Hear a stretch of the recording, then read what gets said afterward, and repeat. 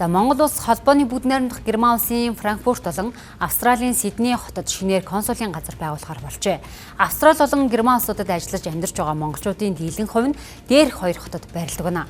Түүнчлэн тухайн хотуудад амьдарч байгаа иргэдийн эрх зүйн тусалцаа авах хэрэгцээ шаардлагад нэмэгдэж байгаа учраас байнгын ажиллагаатай консулын газар нээх шаардлагатай гэж үзсэн байна.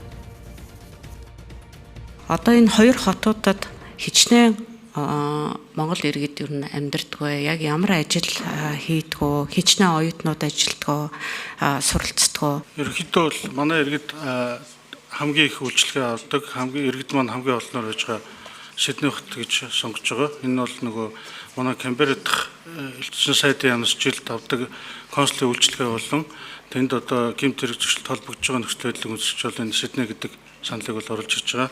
Энэ дээр одоо иргэдийн мэдээлэл маань яг тэр Сиднейтэй ойролцоо одоо хотуудын нийтдээ бол шинэ өмнөд Уэльс мужид бол 14784 иргэн, Виктория мужид бол 2736, 2662 иргэн нь бол Квинсленд мужид, 1873 иргэн Баруун Австрали муж гэдэг энэ Сиднейд тойрсон юунууд бол ийм иргэд оршин сууж байгаа. За түүнчлэн гадаад харилцааны яамны зүгээс элчин сайдын яамдын тоог өргөжүүлэх хүрээнд Бразил улс дахь элчин сайдын яамны үйл ажиллагааг сэргээхээр болсны дээр Испани, Ирланд болон Африк тивийн орнуудаас Кен улсад элчин сайдын яамыг шинээр байгуулахаар төлөвлөжээ. Дөрвөн элчин сайдын яам байгуулах төсөв хөрөнгийг 2026 оны төсөвт суулгачихсан байгааг онцоллоо.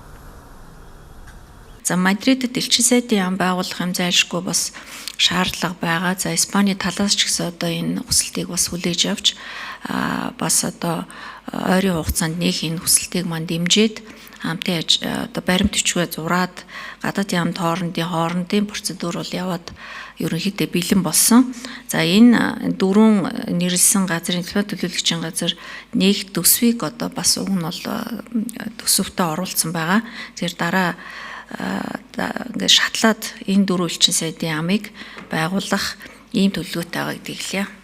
За Монгол улс 2025 оны байдлаар дэлхийн 193 оронтой дипломат харилцаа тогтоогод байна. Үүнээс хөлийн чандад 49 элчин сайдын яам, төлөөлөгчийн газар, ерөнхий консулын газрууд ажиллаж байгаа юм а.